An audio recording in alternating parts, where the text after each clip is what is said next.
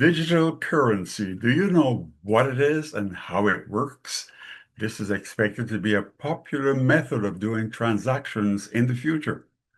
Here to help us understand what digital currency is all about is New York State Assemblymember Clyde Vanel. He is chair of the Committee on Banks and chair of the Subcommittee on Internet and New Technology. Assemblymember, welcome to Brooklyn 45. Sam, thank you for having me. I'm really excited to be here. Big fan of the show, so I'm really excited to actually have a chance to be able to be here to talk to you and the audience. Great. You come with a wealth of knowledge in this space of digital currency. Our goal is to enlighten our audience who are not familiar with digital currency so they can be equipped to understand what the future holds. So let's start with what is digital currency? First of all, Sam, people understand currency. People understand money, right? Let's start there. And what is money? Money is something that, is something that represents value that people use to buy and trade things. Um, and people are used to what we call fiat currency, the American dollar, the dollar or the currency in your country. And what makes that money worth anything? Well, if it's backed by a country, it's what the country says, and in the United States is based on we have something called the Federal Reserve that has our monetary policy. Well, we're talking about money anyhow. So let's talk about what is money. So Sam, that's a very interesting question. What is money? Back in the day, when money first was created, right? Well, people used to just trade and barter for things before there was something that represented money. Certain societies used certain type of flowers, or certain societies used certain type of precious stones to represent value. It wasn't until ancient China that they were actually used money paper to represent certain types of value. Let's fast forward hundreds and thousands of years to 1800s, where in America, money was backed by gold. So for every dollar, there was something called a gold reserve. So that dollar was worth whatever, what the amount of gold that was in a place called, Sam, you might be too young to remember something called Fort Knox, but a place called Fort Knox, where they had the gold that backed the money. It wasn't until the 70s where the American dollar got off of the gold reserve. And now we call that fiat currency. So when the American dollar is not backed by gold, how much is it worth? How do we know how much it's worth? How do we understand? How do we know how much money the government is supposed to print? When is the government supposed to print money? How do we know, Sam, what the interest rate should be? That means how much money should cost to borrow. How do we know how much to do? So this is all determined by monetary policy by the Federal Reserve. That is it's supposed to be separate from the government. And I know you're saying, Sam, but what about, didn't the president try to tell them to raise interest rates? Didn't the president try to fire somebody because they didn't do what he wanted? Yes, it's very complicated. So money is a complicated thing. When we talk about inflation, right? If there's too much money in circulation, the price of everything goes up, right? And everything is connected. So, so money now, when it's not backed by gold or other kinds of things, is we call it fiat currency and is backed by monetary policy.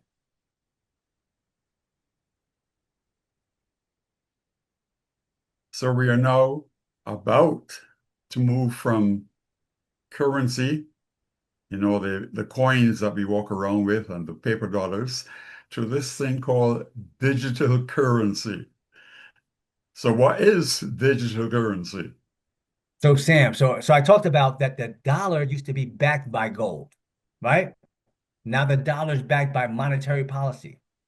There was a certain point where where government can print money or figure out how much money should be in circulation or what have you. There's a certain point also where the government can allow banks to be able to lend to have certain type of to lend certain kinds of money, whether and depending on how risky it is or not. There was a certain point in the early 2000s where the financial industry was not very responsible. The financial meltdown. There were big banks that melted down. There were, I mean, you can have something called a no doc loan, meaning people were buying homes with no documentation. People were buying real estate with no documentation. People were foreclosing left and right. They were giving away. So we actually had a financial meltdown. We actually had big banks close. We actually had something called the too big to fail, right? So they banks were giving, it was so messed up that the federal government said these institutions are too big to, we're going to bail them out and save them. But there were other people in the world looking at that didn't like that. There were folks in the world that said it's not fair for government for it to be so centralized and they're playing a game with us. We want to create our own system that's not regulated and controlled by the government that we could trust even more. And we want to create a system that creates currency based on technology, based on computers verifying transactions. That happened. That was born on October 31st, I think 2008, and it was called Bitcoin. That's when it first started. And the first Bitcoin, because they didn't trust the government, they didn't trust money, the first Bitcoin transferred in January 2009 for 0.0000000 pennies. That was the start of digital currency. Now, you said earlier that there are people in the world who did not like the government having control of money. Who are these people in the world? So, Sam, that's a great question. And you're asking such hard questions. So, when it comes to Bitcoin in particular, no one knows who created Bitcoin. The developers of Bitcoin are anonymous. We don't know if it was one person or many people. That's why people trust the system. And what's interesting about cryptocurrency in particular is that they're saying the argument, now you can agree or not, but the argument is that the traditional government monetary policy is not fair. President Trump tried to fire a black lady who was a governor of the federal of the Fed because she was going to vote against lowering interest rates. And remember, the presidents can't have direct control over that. So people see things like that and they don't trust the system. So these developers, which we have no idea who they are, created a system with blockchain technology that's transparent. You can see every transaction that happened since day one. And everyone can participate, and it's a much more democratic form of monetary policy than the government is. That's the argument, and that's why they did it. Now you could decide to use it or not, but that's what the argument was, and that's how it was born almost 20 years ago. So how do we trust someone who we don't know? That's a great question. Now, since 20 years ago, there are thousands of other cryptocurrencies. Bitcoin is just one of them. So a lot has, there are other cryptocurrencies that you know who the developers are or what have you. But the challenge is when it comes to any of these things, when it comes to money, when it comes to any kind of investment, It's important to get as much information as possible and don't put all your eggs in one basket. Even when it comes to cash, even when it comes to money, it's very important to be able to have, even when it comes to investing, I tell people to don't put all your eggs in one basket and diversify and get as much education as you can. So digital currency, we're moving towards this digital currency. You said before it's a type of cryptocurrency, correct? So when we talk about digital currency, I got to step back a little bit because it's more than just cryptocurrency. It's more than just Bitcoin. So when it comes to digital currency, for example, a lot of us now, right, don't have dollars in our pocket. I remember my dad's not alive anymore, but when my dad was alive, his wallet was this big because he doesn't have no credit cards. He didn't use credit cards, debit. He doesn't trust none of that. Cash only, Mm. right? But we live in a world now where more and more transactions are digital. We live in a world where you got to use a debit card or a credit card. We live in a world where I'll talk about my dad again. My dad used to work somewhere. My dad got in trouble at work because he did not want direct deposit. He wants a check in his hand. But these jobs now are doing direct deposit.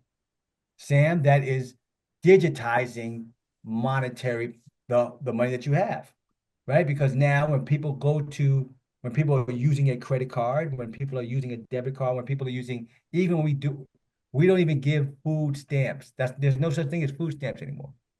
We give an EBT card, and that card represents a certain value and is used and when you look at your bank account, right? It's not you don't have the dollars in your hand. It's we digitize that whole process. So when we have to understand that using and when you're sending these monies across state lines or to other countries, you're sending these credits and debits digitally. So more and more transactions. We're moving into a world that's, and for older folks, it's a challenge, but we're moving into a world that's cashless. So that is even separate than cryptocurrency. We're moving to a cashless society. Even when we talk about government, when you are interacting with the subway or the buses, now it's a cashless system, right? Before we used to have, Sam, I don't know if you remember the token. Of course I do. So, so we used to have a coin. We used to have a coin that's separate than anything, but then we used to have a coin that represents a certain value. Then we moved to having something called a Metro card, where we digitize that, right? Where this Metro card represents a certain type of value that you could put value on top of the card or not. We're even moving away from the Metro card where the value is stored in your phone. So we're moving into a world that's more and more where it's cashless, and that's why it's important for we have cash only businesses to be able to understand that that's the world we're moving to. We have to be understanding how to use these different systems, or else we'll be left behind. What is going to be the role of banks in all this? Well, the role in banks is to also, to make sure that number one, that the banks are using these different platforms to be able to make it easy for people to transfer value. I don't know about the audience, but my family is from the Caribbean. My parents send a lot of money back home, right? Really important. One of the things that's really difficult is that it costs working class people a lot of money to send money, to use money. What's really important is to be able to use some of these different methods to be able to make it more efficient and to be less costly to be able to transact, to be able to send value to wherever country. That's really important. It's really important for banks to be able to loan money at a fair rate to people. for for school, for business, for purchasing a home, and it's really important for people to be able to use these institutions to be able to transfer value. The easier it is to transfer value, the better it is for us in society. The harder it is to transfer value, the more difficult it is for us in society. So we are moving away from being a cash society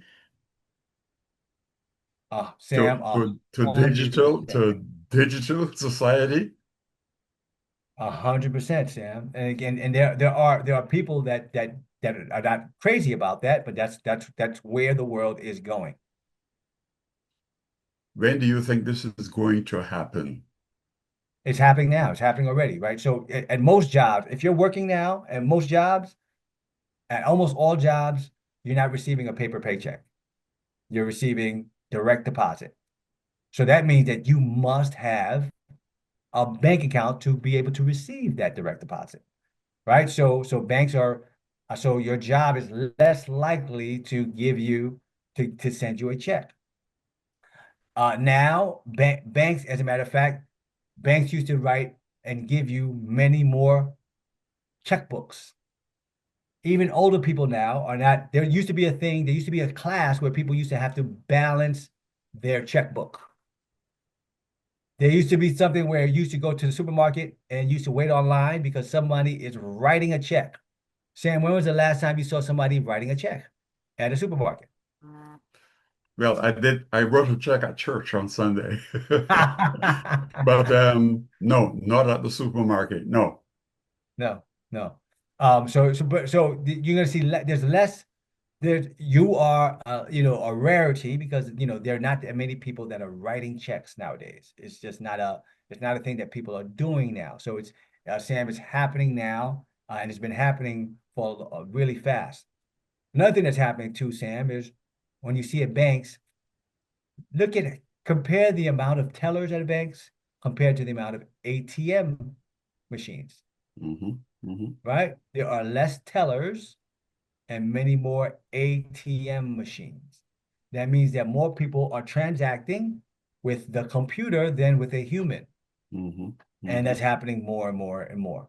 So Sam, this is happening. We have to make sure that we see this and understand it. So, what are the terms that people need to be aware of as we not move towards, but as we fully engage in digital currency? Then we have to watch out because now the blessing with the digital with transacting this way, the blessing is that you're able to send value easier. The blessing is that you don't have to be in person to give the person cash. You can send it to them, electronically. The blessing is that it makes things easier, faster, and more convenient for all parties. But there's another side, Sam. The other side is the challenge is that it makes it easier for scammers. The challenge is it makes it easier for scammers to come and get your money. The challenge is that we fight hard to educate people to notice and to be able to minimize, these folks from coming and taking and stealing your funds. So it's important for you to so that in order to be able to transact that way, your identity is more important. You have to make sure that you have passwords that you keep your passwords to yourself, you know them. You have to be careful that you don't share your account numbers with people.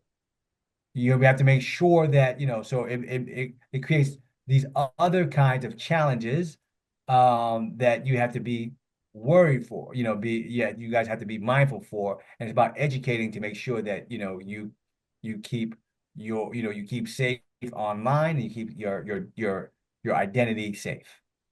And that is so very important because people don't understand the importance of not repeating your passwords, not sharing your passwords. And as an elected official, I know that you are telling people that they have to be very careful to not make it easy for scammers. 100%, 100%. Not, and not only for scammers. Now, scammers could be outside of your house or within your house. You have to make sure that, I don't know if, you got to make sure that even your sensitive mail of your bank statements, you make sure you shred your sensitive documents so that people don't go through your garbage and use that. You have to make sure, even your phone, you make sure that when you're not using your phone, you lock your phone so people don't go into your phone. You could create a setting on your phone where it automatically locks after 30 seconds or after a minute. Um, so there are things that you should be doing, or make sure that your iPad or your iPhone or your computer that that sometimes people you may have your credit card stored on your phone, on your computer. And if someone else is using your computer, they could make purchases behind your back. So, very important for you to be mindful of how you protect yourself in a world of digital money. We hear in the news how people are going into banks, they're watching people on these machines. And then when the person comes out of the bank, they're attacking them to get the money from them. Now, how do you warn people or advise people to be very careful when they do this? Again, so that's something that, that's robbing, taking people's money. That's not a digital thing, right? So that's somebody, Mm, so that's you correct. have to be that's something from the beginning of time. When you're going to go pick up money or draw, when you're going to a bank, coming or going or what have you, you have to be mindful of what time you do it. But you got to be very mindful when you have cash. That's why, you know, and that's the blessing of digital currency. The blessing of digital currency is that I'm not walking away with cash. I'm not walking around with cash. So you can't rob me if you can try to take my card, but you take my card, I can cancel my card. But cash, that's the challenge with cash. Cash, when it comes to cash, you have to worry about some people stealing your money. That's the other side of, that's the bad part of having cash. You have a very interesting bio. You're not just a state assembly member, you are an attorney. One, you are the founder of the New York Metro chapter of Black Pilots, which means that you're a pilot. Yes, yes. And you have many degrees. You have degrees in aviation administration and in aerospace technology. And